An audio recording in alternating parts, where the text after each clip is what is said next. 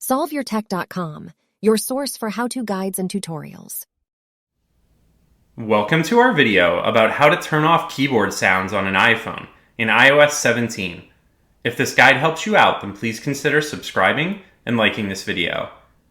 Your iPhone's keyboard can make some sounds when you type on it that try to replicate the sound made by a regular computer keyboard.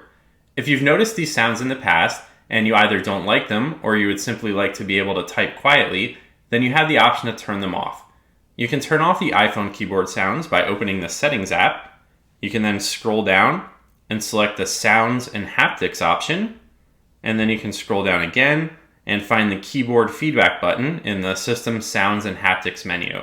Now you just need to tap this button, and if you only want to turn off the sound for the keyboard typing, then you can tap the button to the right of sound.